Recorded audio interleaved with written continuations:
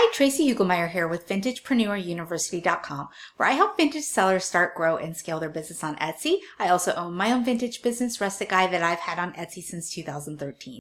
And today's video is for everyone who has said to themselves at some point or another that we are not Amazon. As you know, micro businesses on Etsy, we're not Amazon. And that's 100% correct.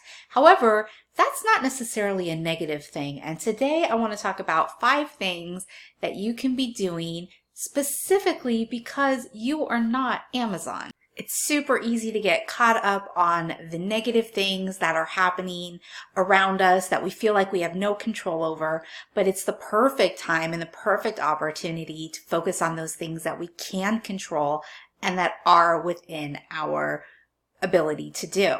So number 1 on the list of things that you can be doing specifically because you are not Amazon is you can add a personal touch. Because you most likely aren't getting thousands of orders every day, you can put the personal touch in each of the orders that you do get, which is something that Amazon can't typically offer, right? So you can talk to somebody by their name and you can listen to what they're saying and answer their specific questions and help them at a level that probably isn't happening most other places that they go, right? So it's your opportunity to stand out and shine and stick out in a crowded online world.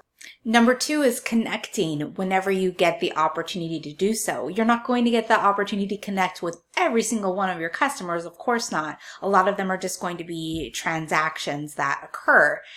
But if somebody tells you about, why they're buying from you, so if they're buying it for a gift or they're buying it to replace something from their childhood, that's an opportunity for you to jump in and have a connection, make a connection with that customer. It doesn't have to be a long conversation, but it can just be an interest that you're showing them. And that's something that they're not getting anywhere else in the online world.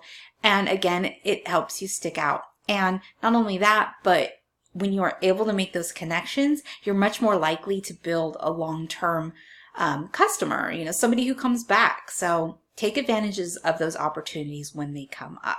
Number 3 is you can do something a little bit extra to wow your customers. So that's going to be different for every single business and every single shop on Etsy. But whether it's just putting a little personalized note in your package or wrapping it in a certain way, that extra special touch to wow your customers that they're not seeing other places on the web like Amazon.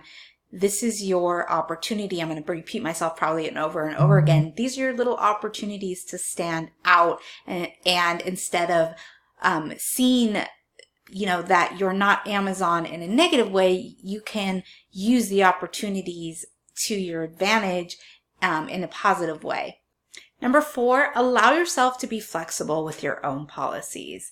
So your policies are there to protect your business. However, whenever you see the need, however big or small, to make an exception to your own policies, you have every right to do so. So if it feels like the right thing to do for you, your brand, and your business, then forget what your policies say. Make a decision that's going to make your customer happy and is going to be the best decision for your business. And number 5, price accordingly. And what I mean by that is don't price to undercut, your competition. Instead, price on the premium side because you are a micro business and you do need to charge higher prices in order to survive.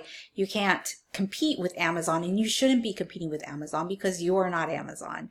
So instead, have a premium pricing structure and back it up with a premium brand. It's going to be the best decision for your business in the long run and your success. So what did you think about these ideas? Did they surprise you? Comment below and let me know. And if you'd like to get more of my secret resources and tips just for you, my YouTube listener, check it out at VintagepreneurUniversity.com/secret, and I'll link to that below for you as well. Thank you so much for joining me today. If you like this video, make sure to give it a like, subscribe to my channel, and click the little bell too so you get notified whenever a new video comes out. Again, thank you and have a great rest of your day. Bye.